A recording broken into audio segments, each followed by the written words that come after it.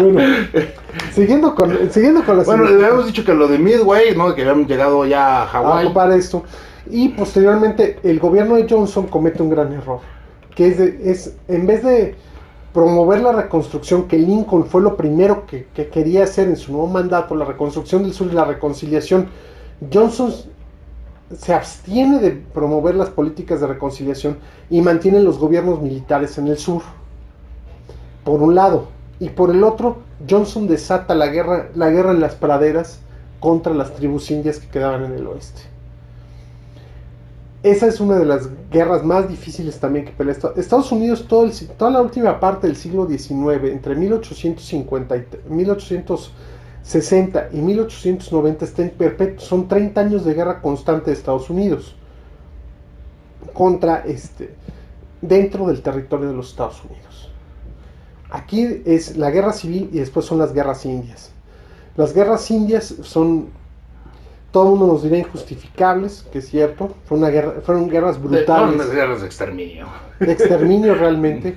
Pero eran guerras muy difíciles porque no estaban peleando contra sociedades establecidas como fue la conquista española. No. En su mayoría. Sino contra tribus de guerreros. Entonces era matar o morir. No solo era matar o morir, quizá los indios del norte son los que desarrollaron instintivamente también la guerra de guerrillas. Y la guerra a caballo. Y la guerra a caballo. Y también el descontrol de por primera vez del ejército norteamericano en verse atrapado en el hecho de matar gente por el color de su piel. Porque hubo muchas tribus que hicieron pactos y tratados de paz con el gobierno estadounidense que ellos respetaban. Pero que los soldados y colonos norteamericanos ni les importaba y muchas veces ni sabían, y vámonos para atrás. Las guerras más duras fueron contra comanches en el norte, entre Texas y Kansas. Hasta el Colorado. Y hasta Colorado, la guerra contra los comanches. La guerra contra las tribus del norte, los Sioux, los Nez-Percés, y los Cheyenne. Los Cheyenne, ya lo habíamos visto antes, también la guerra contra los seminoles. Sí. La guerra contra los seminoles ya estaba terminada. Ya había terminado, pero también fue una guerra muy dura que, dicho, el ejército norteamericano no ganó. Exacto, terminaron pactando, pero los seminoles fueron mandados a un territorio entre Texas y Kansas llamado la Cinta Cherokee, o tierra de los Pieles Rojas. ¿En qué? En uno de los idiomas indígenas quiere decir Oklahoma, que sigue siendo el estado de los Estados Unidos con mayor población indígena, como lo es Yucatán aquí. Yo pensé que sería Oaxaca. Yucatán, mira. Pomba. Bueno, ¿en número o en proporción? En número. Ok. En número. ¿En proporción? En proporción, no, pues Oaxaca, California. Oaxaca, sí. Lo que imaginaba. Ok. Oaxaca, una tierra, la gente es tan sencilla en Oaxaca que hasta el queso lo enreda. Que por cierto, en Oaxaca es el único estado que no le llama al queso Oaxaca. No, pues le llama queso. Nada más. No, es quesillo. Le llama quesillo. Queso. No, si quieres queso, es quesillo. Es como ir a China y tú pides comida china y ellos le llaman nada más comida. Que después fueron prolongados. El gobierno de Johnson es un gobierno desastroso para Estados Unidos. Es el primer presidente que someten el proceso de impeachment, es decir, de destitución. Where are you now? Impeachment. Y no funcionó. Ningún proceso de los impeachment. Hay 3 procesos de impeachment en Estados Unidos. Ninguno ha prosperado. El primero fue contra Andrew Johnson y no prosperó. El segundo fue contra Richard Nixon y no prosperó porque renunció. Así es, antes de. El tercero fue contra Bill Clinton por andarse con la Lewinsky. Y tampoco prosperó.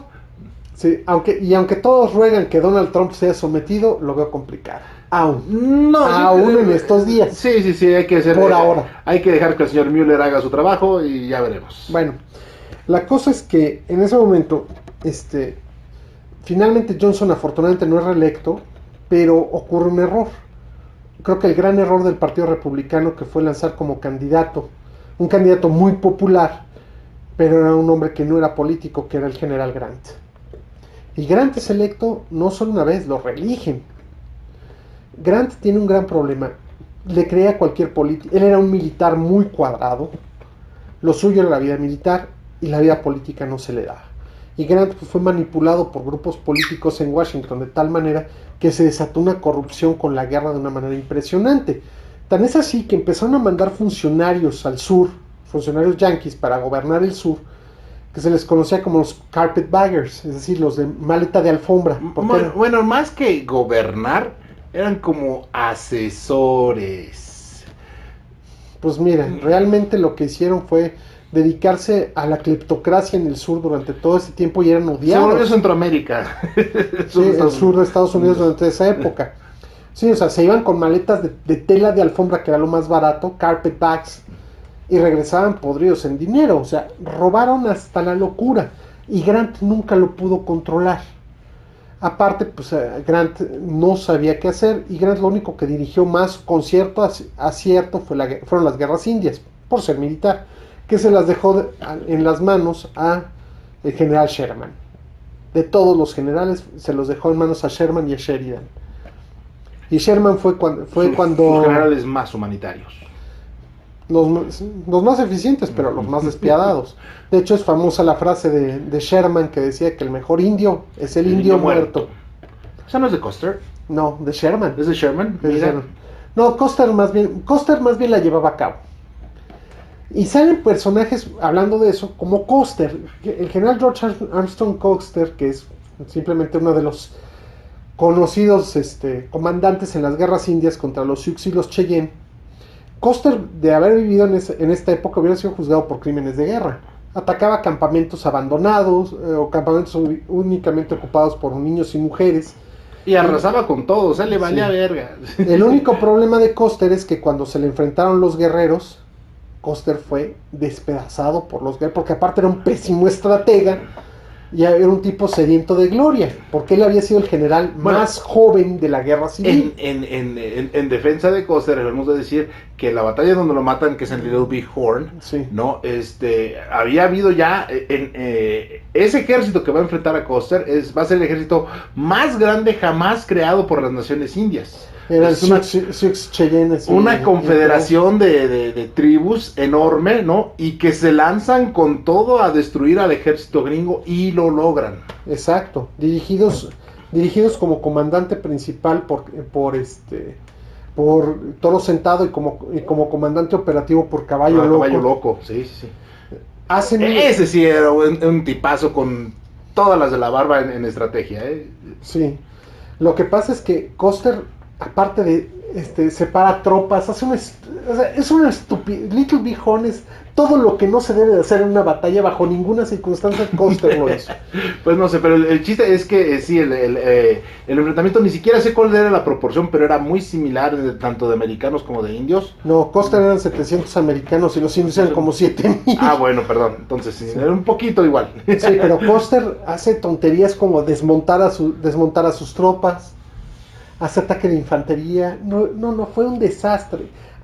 Pero Custer, como había violado tantos tratados y había hecho tantas barbaridades contra las naciones indias, realmente las naciones indias, cuando derrotaban a un enemigo, pues los cadáveres los esquilmaban, les cortaban cabellera, porque eran su vínculo, y aparte del vínculo del muerto para con la otra vida. Además consideraban que un soldado valiente de Estados Unidos, si lo mataban y lo escalpaban, era como un trofeo de haber vencido a alguien igual o más valiente que ellos. Era un trofeo. Era un trofeo. El cadáver de Custer lo dejaron intacto porque lo consideraban totalmente impuro. O sea, era alguien que no iban a tocar a alguien como Custer. Sin embargo, las guerras indias fueron una derrota tras otra de los indios, hasta que finalmente por el norte dirigidos por Sherman y por el general Miles, logran finalmente reducir a los indios a las reservaciones, donde vivieron muy mal muchos años, y después, en años recientes, les abrieron la posibilidad de dedicarse a la explotación de juegos de azar, y ahora viven muy bien. Muy bien, les va muy bien. Y no tienen que pagar impuestos. Porque con eso los ayudaron mucho. Eso es por un lado. Por el sur, al mando de Sheridan, se enfrentan primero a los comanches y después a los apaches. La guerra apache es muy, muy difícil para los Estados Unidos, porque tienen que hacer dos cosas. Una, pelear contra las mismas tribus, y dos, coordinarse con el gobierno de México. Y el gobierno de México actuó de una manera atroz. Pues más bien no actuó. ¿No? Curiosamente, el indio Jerónimo, que era uno de los jefes que fueron Victorio, Mangas Coloradas, Cochís y Jerónimo, decían que preferían enfrentar a los americanos porque los americanos tenían cierto sentido del honor. ¿En serio? Con los mexicanos a los mexicanos no daban cuartel los apaches. Era matarlos a todos o que los mexicanos nos maten a todos, porque los mexicanos cometían una cantidad de barbaridades impresionantes contra los apaches. Pues no sé. Finalmente y aparte de que combatían muy mal los mexicanos, porque los mexicanos atacaban campamentos donde había mujeres y niños y mataban a todos. México tiene una gran deuda respecto de las guerras indias con las tribus indias del norte. A ver, cuéntame, ¿de dónde te documentaste para esto? Fueron las memorias de Jerónimo. Jerónimo lo narraba y decía, con los mexicanos nada, matar a todos. ¿Y hay un libro al respecto? Sí, hay unas memorias por ahí de Jerónimo. Y Jerónimo no quería a los mexicanos, ninguno de los jefes apaches.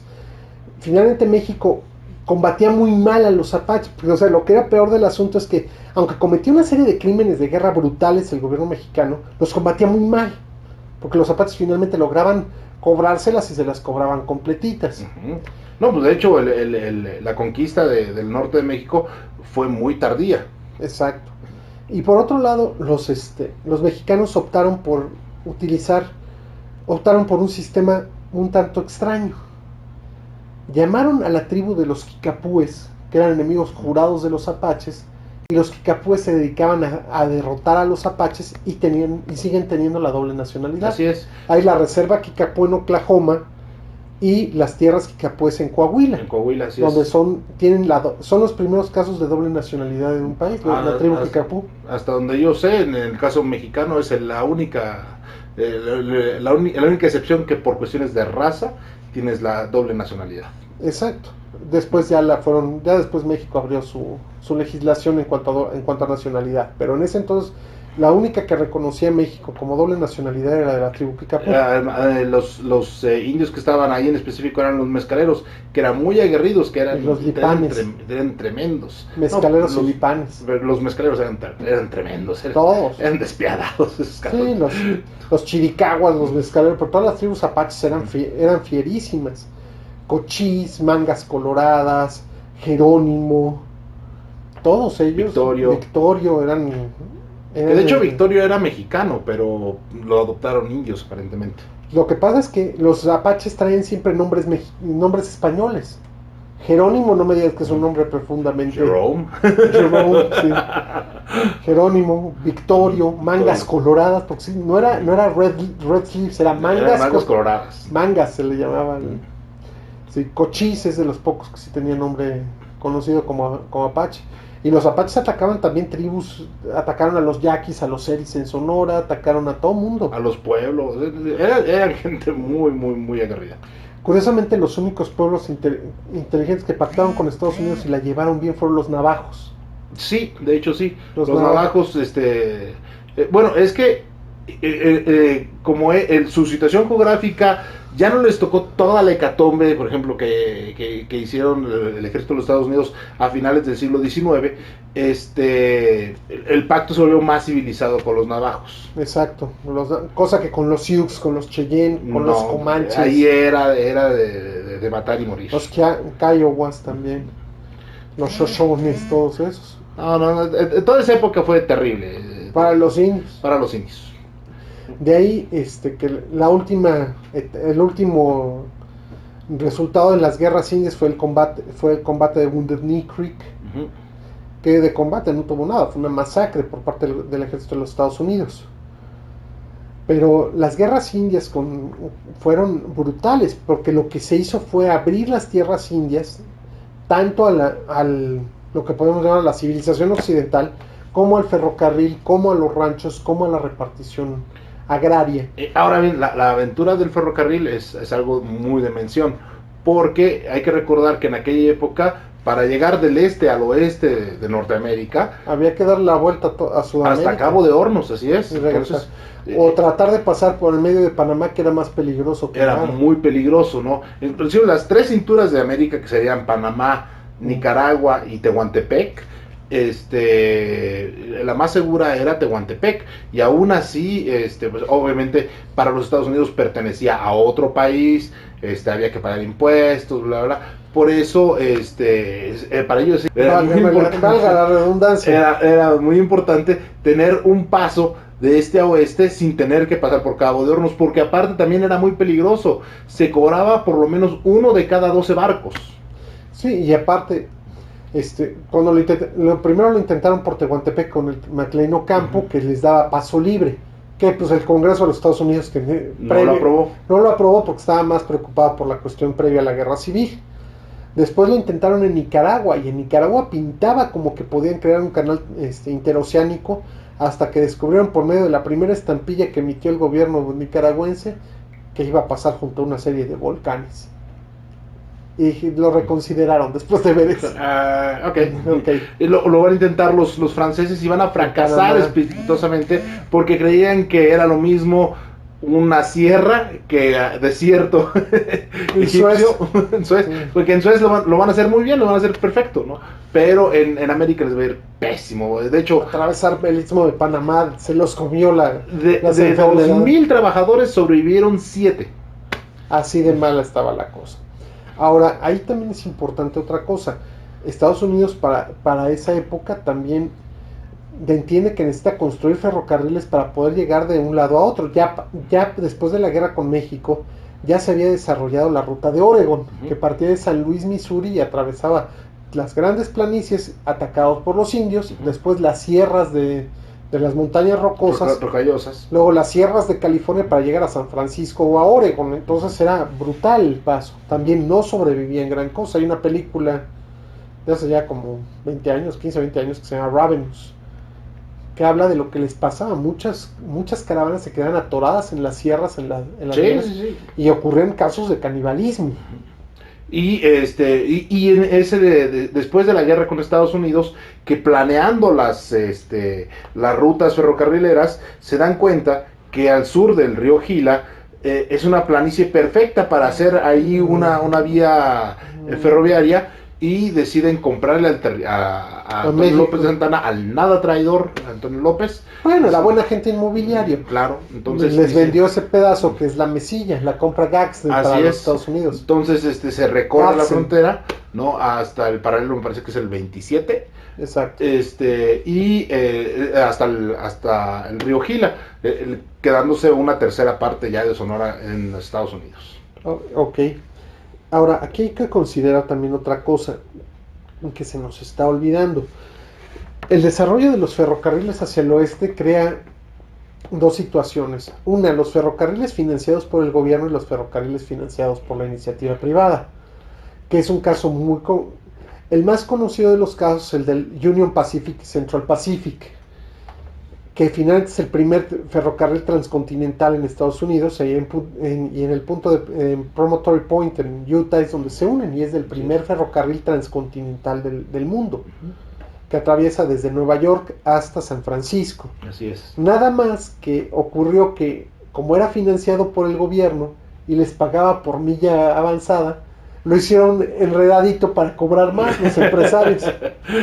Y años después desarrollan otra vía que va por el norte, por Montana, por Idaho, para llegar a Seattle, y esa fue recta y costó mucho menos dinero. En mucho menos tiempo, y siguió funcionando hasta hace poco, y el Central Pacific y el Union Pacific no jalaban. Bueno, también como resultado de esta construcción viene un fenómeno migratorio bien interesante. Debido a que ya es mal visto la esclavitud, ¿no? Y por alguna razón los negros en tierra adentro no se acoplan del todo bien, deciden traerse mexicanos, pero sobre todo chinos, ¿no? Y los chinos van a ser la mano de obra súper dispensable, porque millares van a morir en la construcción de los colillas chinos. Por un lado, y por el otro lado traían también trabajadores irlandeses. Irlanda seguía siendo el gran proveedor de ciudadanos, de población para los Estados Unidos. Que ojo, para aquella época todavía no eran considerados blancos, ¿eh? Sí, después ya los consideraron cuando empezaron a emigrar italianos, judíos y rusos. Así es. Entonces ya los irlandeses ya se veían más blanquitos. Pues de por sí. De hecho, sí, son más blancos los irlandeses que los mismos ingleses, sí. pero no eran considerados blancos, no eran considerados personas, pues. Exacto. Estados Unidos entra dentro de los años 70 del siglo XIX en una espiral de crecimiento. Termina el gobierno de Grant. Grant además sale del gobierno muy desprestigiado. Pasa algunos años de su vida en Nueva York, trata de hacer su hijo negocios, incurre en quiebra y Grant asume las deudas. Y Grant no tenía dinero, porque a pesar de los pesados, que fue una administración muy corrupta, Grant nunca se corrompió. Él nunca se hizo millonario con la corrupción. Y entonces el hombre estaba desesperado porque necesitaba dinero y empieza a aparecer algo que hemos sido omisos, la cultura americana, que son los primeros literatos, que son Walt Whitman, Herman Melville y sobre todo Mark Twain. Mark Twain, Samuel Clemens, Mark Twain era su seudónimo. Para los cuates. Aparte de escribir una de las novelas más deleitables que ustedes se puedan imaginar, porque escribía muy, muy a gusto. Yo fíjate, nunca he leído nada. He visto las series japonesas de Tom Sawyer, Huckleberry, un yankee en la corte del rey Arturo y demás. Mark Twain, aparte que escribía francamente delicioso, Mark Twain le propone a Grant, viéndolo tan apurado de dinero, le dice: ¿por qué no escribe usted sus memorias, general? Grant descubre en esos momentos que tiene cáncer en la garganta, ya estaba para morirse. Grant escribió sus memorias y al día siguiente que las terminó, murió. Eso es todo. Entregó sus memorias, se vendieron como pan caliente porque aparte están estupendamente bien escritas. Curiosamente Grant es uno de los grandes literatos de los Estados Unidos que nunca estudió letras. Bueno, es que en ese tiempo no se estudiaba mucho letras. Pero era un hombre, yo las tengo las memorias y escribe en un inglés muy bueno y es muy preciso. Son sus memorias hasta la Guerra Civil, no avanzó a la presidencia, es toda su juventud y la Guerra Civil. Y están muy bien escritas, las compré, me pareció un libro francamente deleitable también. Entonces las memorias de Ulysses Grant creo que es de los grandes libros americanos que todo el mundo se le olvida que existen. Entonces Grant pues murió de cáncer. Cuando Grant deja la presidencia, los escándalos de corrupción eran muy fuertes en Estados Unidos. Y toma la presidencia el nuevo candidato del Partido Republicano, que es el presidente Rutherford B. Hayes. Hayes, puritano, abstemio, bravo, acaba con la corrupción en 4 años. Y la acabó de las maneras más serias que existen. Hubo juicios, desarmó al Tammany Hall en Nueva York. Al administrador en la aduana de Nueva York, que era Chester Arthur, lo destituyó. Y siendo además uno de los grandes políticos de Nueva York, lo destituyó de manera fulminante y lo puso en evidencia. Aunque después se demostró que Arthur era el menos culpable de la corrupción en la aduana de Nueva York. Y de ahí Rutherford Hayes le da una fuerza al gobierno de los Estados Unidos que no había tenido desde épocas anteriores. Hayes ordena que se acaben los gobiernos militares en el sur y les vuelve a devolver sus prerrogativas como estados a los estados del sur de los Estados Unidos. Al único que castigaron fue que se seccionó la parte occidental de Virginia y se constituyó el estado de Virginia del Oeste. Pero eso dentro de la misma guerra civil, porque la gente de Virginia del Oeste gravitaba hacia Ohio y era gente que no le interesaba la esclavitud. Entonces, Hayes limpia el gobierno federal de los Estados Unidos y lo sucede James Garfield. Todos ellos habían sido militares en la guerra civil, pero se volvieron políticos después de la guerra civil. Y Garfield era el hombre más inteligente de los Estados Unidos.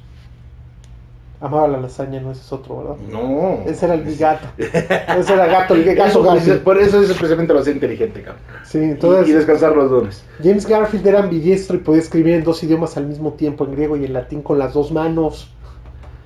Era un genio el hombre. Pero tuvo un gran problema.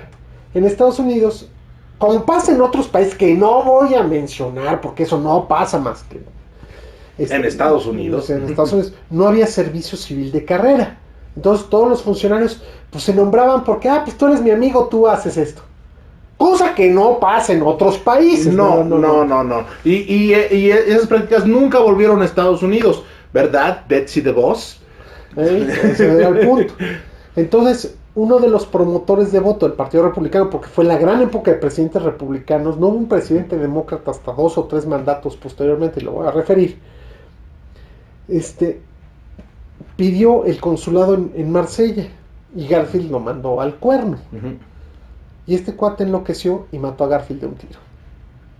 Eso sería el segundo presidente asesinado de Estados Unidos. James Garfield. Sí. A este hombre pues lo agarraron y lo ahorcaron conforme a la necesidad del momento.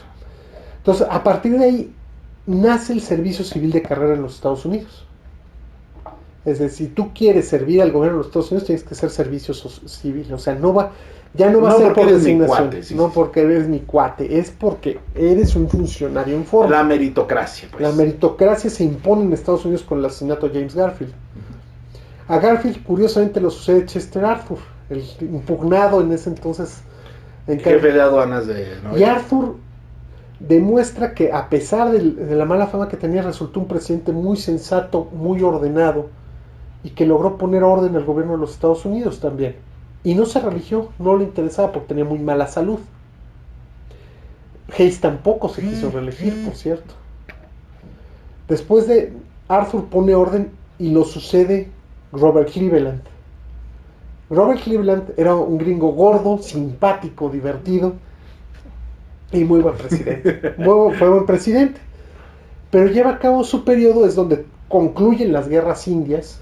Cleveland es el que concluye las guerras indias, firma los tratados, crea las reservas en gran escala y le respeta el gran territorio de Oklahoma a las tribus indias.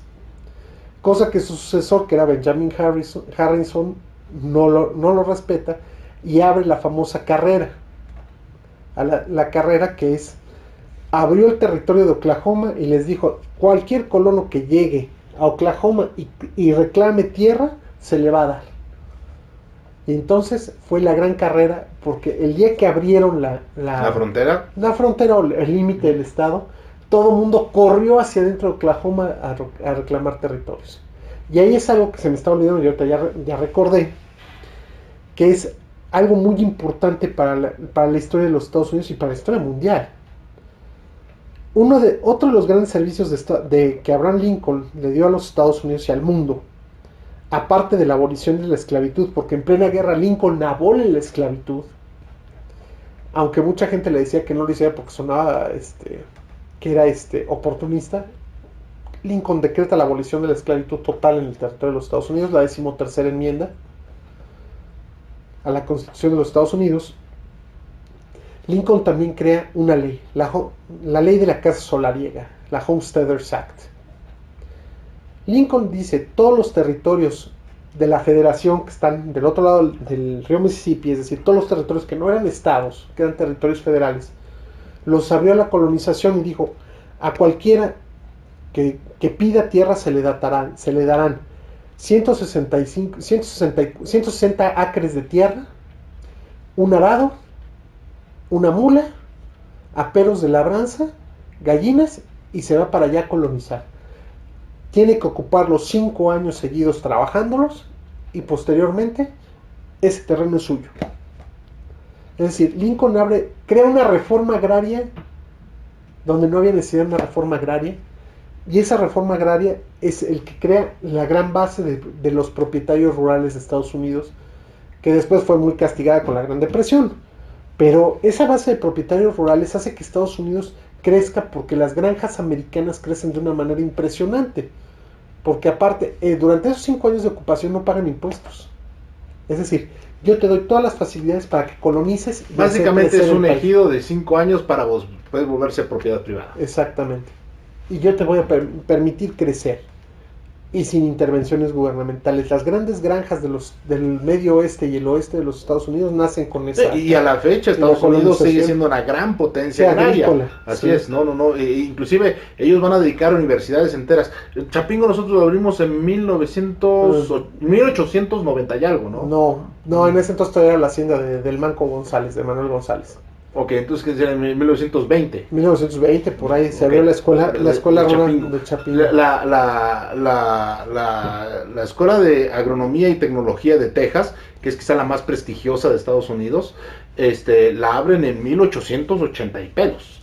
Exacto. Es decir, Estados Unidos quiere que sea una potencia agrícola y ganadera del tamaño del mundo. Porque comprenden, si bien militarmente comprenden que el tener una flota les va a permitir un dominio total de la guerra, no garantiza la victoria, pero sí garantiza el dominio. El tener una independencia alimentaria les proporciona un poder económico que va más allá del militar. Y el oeste crean las grandes rutas de ganado, de Ávila en Texas a a Kansas, y se hacen las grandes rutas de comercio de ganado de Estados Unidos, con el cual sostienen la alimentación de los Estados Unidos. O sea, los grandes consumos de carne del mundo nacen en Estados Unidos porque el ganado crece en grandes cantidades, se da con muy buena facilidad el ganado en Estados Unidos, y a partir de ahí la gente tiene acceso a la compra de comida barata. Así es, se da todo en Estados Unidos. Se da el frijol, el maíz, el sorgo, el trigo, la agricultura, la cebada, los frutales en California. La ganadería menor, como las cabras, los borregos, todo se da en Estados Unidos. Y es que para aquel entonces todavía la filosofía quizá ya no de alabar a Dios a través del trabajo, pero sí de lograr un mejor estado de vida que la generación anterior, era súper presente. Además, Estados Unidos define algo. Estados Unidos no se opone al desarrollo científico. No, al contrario, lo promueve muchísimo. Que después va a haber ciertos trucos para librarse de algunas cosas que va a beneficiar a la postre, por ejemplo, a México. Ya hablaremos al respecto, pero ¿qué te parece si la dejamos hasta hoy por aquí? ¿Te late? Me parece muy bien. ¿Vale? Déjeme nada más. Apaga el audio. A ver, déjame borrar el audio. Puro disservice. Oh, bueno, entonces, pero siguiendo con esta lógica, Estados Unidos, si bien desde antes ya tenía muy claro que la ciencia y la tecnología les iban a ayudar, lo desarrollan todavía más después de la guerra civil, de este periodo estabilizador hasta Cleveland, yo creo. Va a venir un boom científico bestial en Estados Unidos. Además los grandes inventos. Y además de ciencia aplicada. Así es. O sea, Estados Unidos es el país que desarrolla el confort en la vida. Así es, el materialismo, pero orientado hacia el hombre. Exactamente. ¿No? Entonces es bien interesante. Y esto es realmente lo que lo va a volver un país de primer mundo. No va a ser tanto su ejército, ya su época de consolidación del ejército ya pasó, su época de consolidación de alimentación ya está consolidada, ahora viene la época del confort. Exactamente, y con esto nos retiramos por este 24 de diciembre, porque hay que rellenar el pavo. Sí, prepárate, nena. Que quede claro que este es un programa para toda la familia. Prepárate, nena. Bueno, aquí nadie propone nada, nadie dice nada, Bora respeta. Y pues les mandamos nuestros mejores deseos para este año. Esperemos todavía grabar uno más antes de que cierre este 2017, ¿no? Les queremos desear lo mejor para todos ustedes, para sus familias, para todos los que nos ven, para todos los que disfrutan este programa. Y para que no nos ven, pues también. También, así es. Por eso, feliz Navidad. Sí, que lo pasen muy bien. Sí. Que les traigan todos sus regalitos. Sí. Para el próximo 6 de enero, los dos estaremos con barba para irnos de Reyes Vagos. Reyes Vagos, así es. Sí, porque... Ho, nada más acá hoy. Sí, porque Víctor se va a poner su barba blanca al rato y se va a vestir de Santa Claus. Y me voy a ir ya no estar en la Alameda, güey. La delegación Cuauhtémoc. No. La explanada del Monumento a la Revolución. No, nos mandaron acá, donde antes era el aeropuerto, en la explanada del Parque de los Periodistas. Va, qué horror. Cada vez me mando más lejos, al rato va a ser en Texcoco. Bueno, señores, se despide Leo Báez. Víctor Pedrosa. En otro capítulo más de Divagando por la Historia. Hasta pronto. Feliz Navidad.